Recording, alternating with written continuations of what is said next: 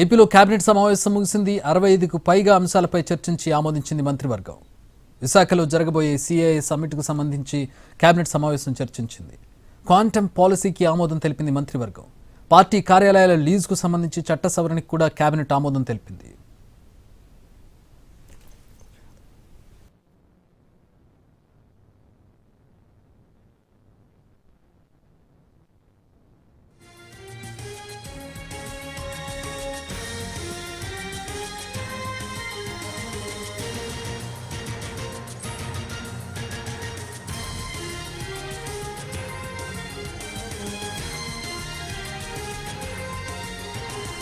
ఏపీలో కేబినెట్ సమావేశం ముగిసింది. 65కు పైగా అంశాలపై చర్చించి ఆమోదించింది మంత్రివర్గం. విశాఖలో జరగబోయే సిఏఏ సమ్మిట్కు సంబంధించి కేబినెట్ సమావేశం చర్చించింది. క్వాంటమ్ పాలసీకి ఆమోదం తెలిపింది మంత్రివర్గం. పార్టీ కార్యాలయాల లీజుకు సంబంధించి చట్ట సవరణకు కూడా కేబినెట్ ఆమోదం తెలిపింది.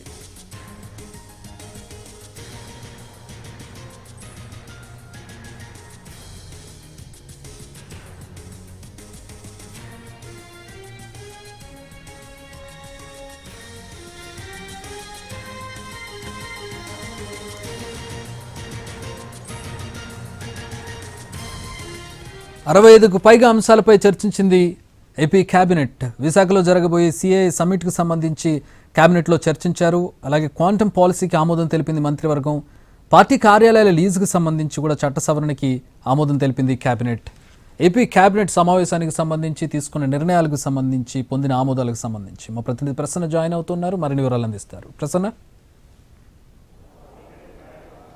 చక్రి ఓవరాల్గా ఇవాళ ఎజెండా అంశాలన్నిటికీ కూడా దాదాపు ఆమోదం పొందినట్టుగానే తెలుస్తోంది. 69 అంశాలను కేబినెట్ ఎజెండాలో ప్రధానంగా పెట్టారు. అందులో ఎస్ఐపిబి అంశాలు ఉన్నాయి. సిఆర్డీఏకి లోన్ తీసుకోవడానికి కేబినెట్ అప్రూవల్ ఉంది. దీంతోపాటు వైజాగ్లో జరిగే సమ్మిట్కి సంబంధించి కొన్ని జీవోల చట్ట సవరణకు సంబంధించి ఈ అంశాలన్నిటి మీద కూడా ప్రధానంగా కేబినెట్ ఫోకస్ పెట్టిన పరిస్థితి. 69 అంశాలు ముఖ్యంగా క్వాంటమ్ పాలసీకి సంబంధించి 2025-30 ఒక 5 ఏళ్ల కాలానికి క్వాంటమ్ కంప్యూటర్స్ ని అమరావతిలో తేవటం, డేటా డెవలప్ చేయడం, దాంతోపాటు ఉద్యోగ ఉపాధి అవకాశాల మీద దృష్టి పెట్టడం, ఈ దిశగా కూడా కేబినెట్ ఆమోదం తెలిపిన పరిస్థితి అయితే ప్రస్తుతం మనకు కనిపిస్తూ ఉంది.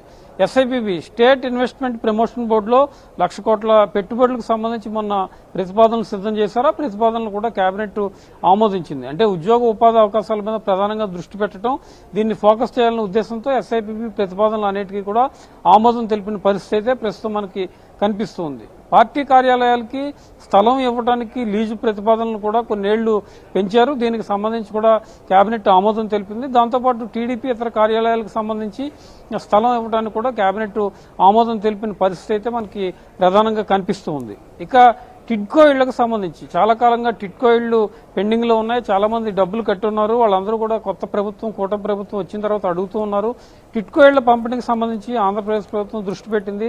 భవిష్యత్తులో టిడ్కో ఇళ్ల నిర్మాణానికి సంబంధించి జిల్లాల వారీగా కూడా ల్యాండ్ అలాట్మెంట్ కోసం ఆమోదం తెలుపుతూ కూడా కేబినెట్ నిర్ణయం తీసుకున్న పరిస్థితి అయితే ప్రస్తుతం మనకి కనిపిస్తుందని చెప్పుకోవచ్చు. ఈ రెగ్యులర్ ప్రతిపాదనలు అన్నిటితో పాటు 65 అంశాలకు ఆమోదం తెలపడం ఇప్పుడు ప్రధానంగా కేబినెట్ సమావేశం ముగిసిన తర్వాత వైజాగ్ లో జరిగే సిఏఏ పార్ట్నర్షిప్ సమ్మిట్ ను సక్సెస్ చేయాలి. మంత్రులందరూ కూడా దీని మీద ప్రత్యేకంగా ఫోకస్ పెట్టాలని ముఖ్యమంత్రి చెప్తున్నట్టుగా తెలుస్తోంది. ఎందుకంటే ఆంధ్రప్రదేశ్ ప్రభుత్వం చాలా ప్రతిష్టాత్మకంగా ఈ సదస్సును తీసుకుంది. ఉద్యోగాలు వస్తాయి, పెట్టుబడులు వస్తాయి.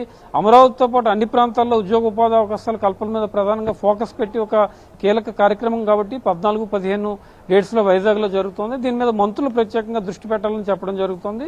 దీంతో పాటు రేపు రాష్ట్ర వ్యాప్తంగా ఎంఎస్ఎంఈ పార్కుల ప్రారంభోత్సవం కూడా ఉంది, శంకుస్థాపన కార్యక్రమం. దీని మీద కూడా మంత్రులందరూ దృష్టి పెట్టాలని జరుగుతోంది. ఇక రాజకీయంగా వైసీపీ చేస్తున్న విమర్శలను తిప్పికొట్టాలి. సోషల్ మీడియాలో చేస్తున్న దుష్ప్రచారం కావచ్చు, లేకపోతే లేనిది ఉన్నట్టు సృష్టించి భ్రమలు కావచ్చు, వీటన్నిటి మీద కూడా మంత్రులు ఎప్పటికప్పుడు తిప్పికొట్టాలనే ఇన్స్ట్రక్షన్స్ కూడా కేబినెట్ సమావేశం ఎజెండా ముగిసిన తర్వాత సీఎం చంద్రబాబు మంత్రులకు చెప్తున్నట్టుగా తెలుస్తోంది.